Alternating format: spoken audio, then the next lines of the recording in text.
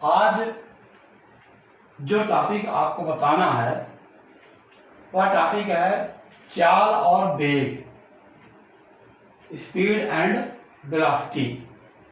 इस टॉपिक पर चर्चा आपसे करनी है, ठीक है ना। तो सबसे पहला पॉइंट आता है चाल। चाल क्या है? चाल में दिशा का निर्धारण नहीं होता, यानी वस्तु किसी भी दिशा में एक निश्चित समय अंतराल में यदि गतिमान हो जाए तो वह वस्तु की चाल होती है। यानी इसकी परिभाषा ये है कि किसी गतिशील वस्तु द्वारा एक सेकंड में चली गई दूरी को चाल कहते हैं। किसी गतिशील वस्तु द्वारा एक सेकंड में चली गई दूरी को चाल कहते हैं। अर्थात चाल बराबर वस्तु द्वारा चली गई दूरी बटे लगा हुआ समय, यानी वस्तु के द्वारा दूरी तय करने में जो समय लगा तो दूरी और समय का अनुपात वो चाल है। अब वस्तु किस दिशा में गई यह निश्चित नहीं है, तो ये हो जाएगा एफ बटे टी, यानी चाल बराबर एफ बटे टी। आप लिख सकते हैं चाल एक अधिप्राप्य है, क्योंकि चाल में दिशा का निर्धारण नहीं है कि वस्तु किस दिशा में जा रही है, कोई भी दिशा हो सकती है, इसलिए वह अधिप्राप्य है। चाल धनात्मक और शून्य हो सकती है।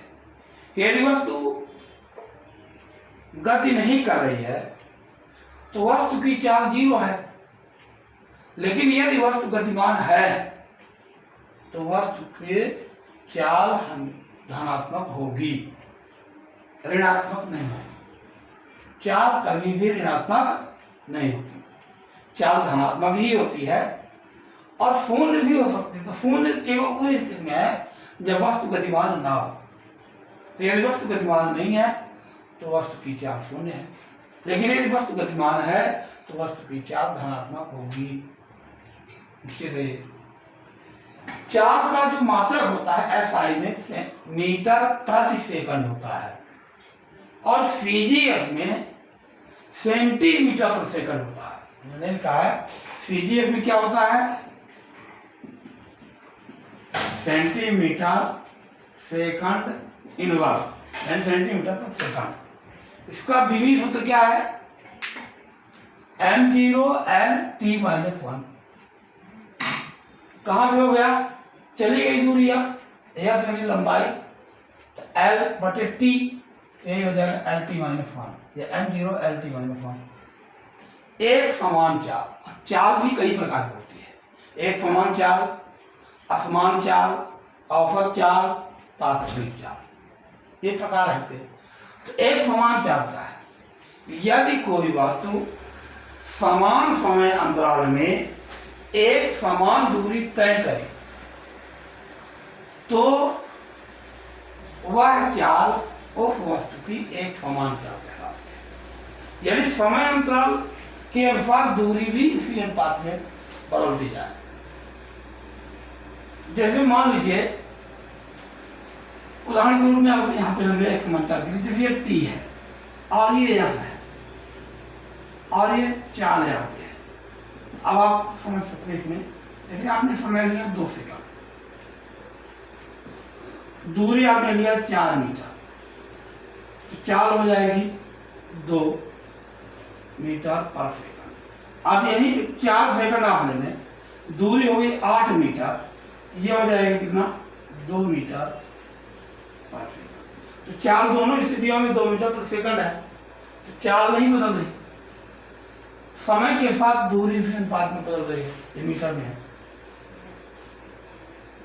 तो कहने का मतलब यह है कि यदि कोई वस्तु समान समय अंतराल, यदि अंतराल भी हम दे रहे हैं 2, 4, 6, 8 इस तरह से, तो उसी अनुपात में दूरी भी 4, 8, 12 इस तरह से, या जैसे 6 सेकंड लेंगे तो 6 दूनी 12, यानी 12 सेकंड यहाँ पे हो जाएगा।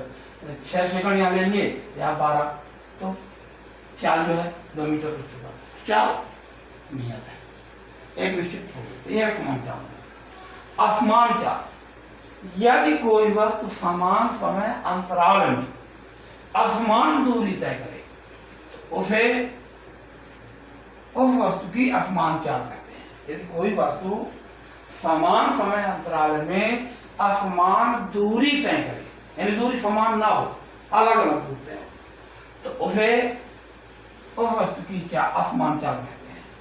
इसे परिवर्ती गति भी कहते हैं। अब हम इसे आप देख सकते हैं कि जैसे अगर इसी को हम मान लें, जैसे बनाए, अब इसी को हम यहाँ पे दे रहे हैं, ये हो जाएगा जैसे 80 और ये F और यहाँ पर 4। अब आप देख लीजिए अंतर आ जाएगा।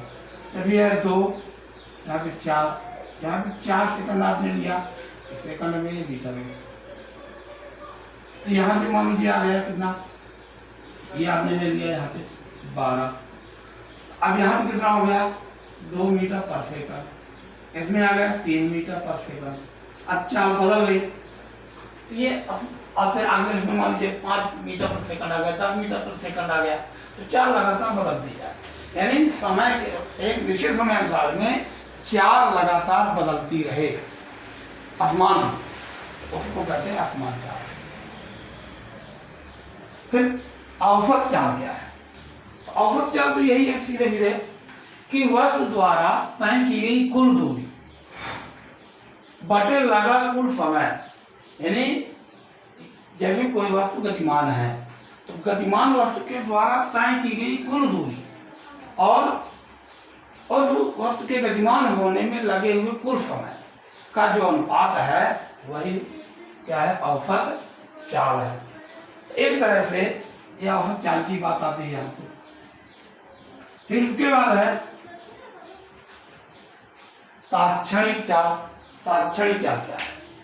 किसी निश्चित क्षण पर, क्षण यानी समय, किसी निश्चित क्षण पर परिवर्ती गति में वस्तु की चाल को तात्क्षणिक चाल कहते हैं। एक निश्चित क्षण में परिवर्ती गति में वस्तु की जो चाल होती है उस चाल को तात्क्षणिक चाल कहते हैं। यानी बहुत कम समय में परिवर्ती गति के दौरान जो वस्तु द्वारा चाल प्राप्त होती है उसे तात्क्षणिक चाल कहते हैं। तात्क्षणिक चाल को जो है इंस्टेंटेनियस वेलोसिटी बोलते हैं, तो स्पीड कहते हैं। इंस्टेंटेनियस स्पीड के रूप में जोड़े हम, तो तात्क्षणिक चाल बराबर डेल एफ बटे डेल टी। यानी डेल टी समय अंतराल में यदि वस्तु के द्वारा दूरी में जो परिवर्तन आया वो डेल एफ आया, तो डेल टी समय में डेल एफ दूरी बदलती है, ठीक ना। तो तात्क्षणिक चाल बराबर होगा डेल एफ बटे डेल टी। अब इसमें ले रही है डेल टी टेंड टू 0, यानी डेल टी शून्य के बराबर हो जाए। डेल टी मतलब परिवर्तन समय अंतराल में है, अर्थात समय में परिवर्तन, यानी समय में परिवर्तन शून्य के बराबर हो जाए। यदि समय अंतराल जो है शून्य के बराबर हो, उस स्थिति में लिमिट लेते हैं। तो लिमिट यानी सीमा, तो लिमिट ली जाएगी तब तात्क्षणिक चाल बराबर हो जाएगा limit del t tends to 0 del f बटे डेल टी। तो इसको लिखेंगे तात्क्षणिक चाल बराबर डी एफ बटे डी टी। ये डी एफ बटे डी टी का मतलब है अवकलन। तो तात्क्षणिक चाल समय के सापेक्ष दूरी के अवकलन के बराबर होती है।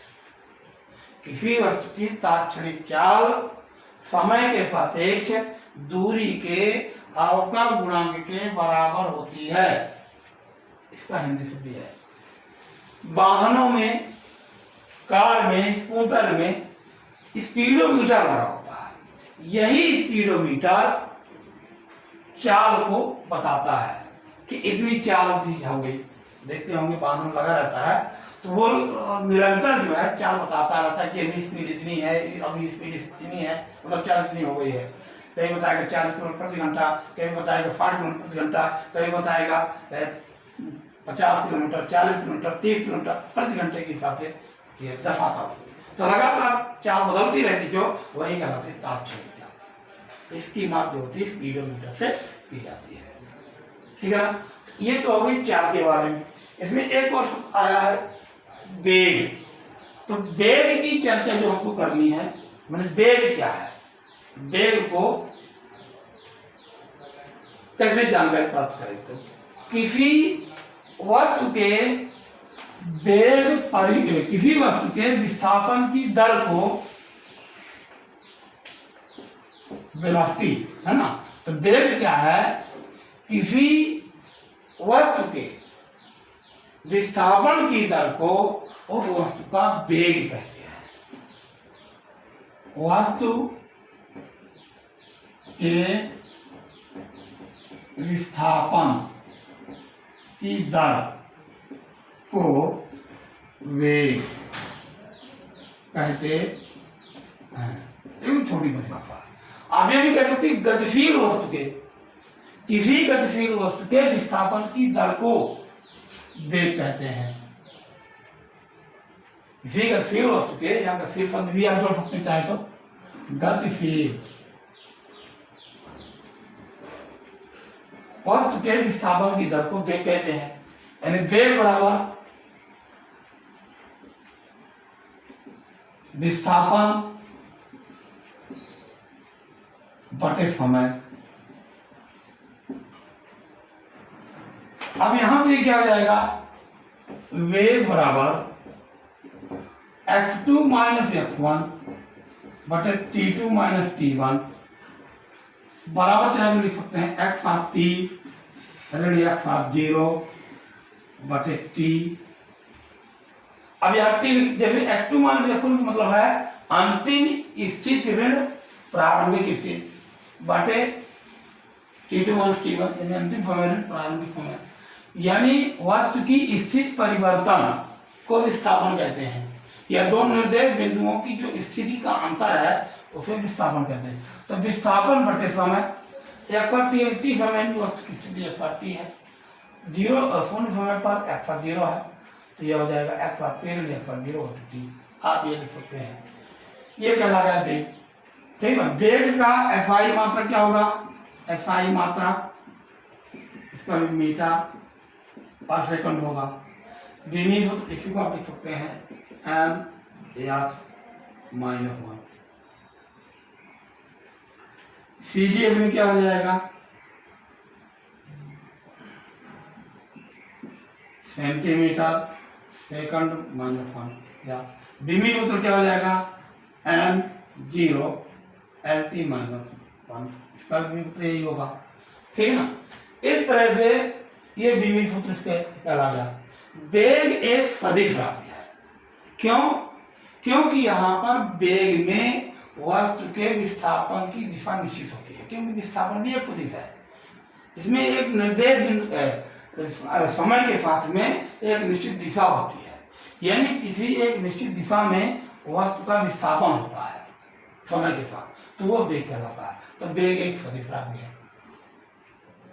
ठीक है ना। अब वेग भी एक समान वेग, असमान वेग, ताक्षणिक वेग होता है। ठीक इसी तरह से, तो एक समान वेग का मतलब है यदि कोई वस्तु समान समय अंतराल में वस्तु का विस्थापन एक समान करती है तो उसे क्या कहते हैं, एक समान वेग कहते हैं। यदि कोई वस्तु समान समय अंतराल में वस्तु का विस्थापन एक समान करे तो वह वस्तु का एक समान वेग कहलाएगा। परिवर्ती वेग, समान समय अंतराल में वस्तु का विस्थापन अलग अलग हो तो उसे परिवर्ती वेग कहते हैं। परिवर्ती वेग को परिवर्ती वेग के नाम से भी जाना जा सकता है। ताक्षणिक वेग, ताक्षणिक वेग, ताक्षणिक वेग क्या है, ताक्षणिक वेग जो होता है एक निश्चित क्षण में परिवर्ती गति में वस्तु की जो वेग होता है, एक निश्चित क्षण में या किसी निश्चित क्षण में परिवर्ती गति में वस्तु में जो वेग होता है उसे उस वस्तु का ताक्षणिक वेग कहते हैं। या ठीक ना, डेल्टी समय में विस्थापन डेल एक्स हो, तब तात्क्षणिक वेग v बराबर हो जाएगा डेल एक्स बटे डेल टी। यदि del t tends to 0 LIM limit लेने पर, जब लिमिट लेंगे तो v बराबर हो जाएगा LIM limit del t tends to 0 del x बटे डेल टी। यही v बराबर हो जाएगा dx बटे dt। तात्क्षणिक वेग, तात्क्षणिक वेग की क्या हो गया, किसी वस्तु का तात्क्षणिक वेग समय के सापेक्ष वस्तु के विस्थापन के अवकल गुणांक के बराबर होता है।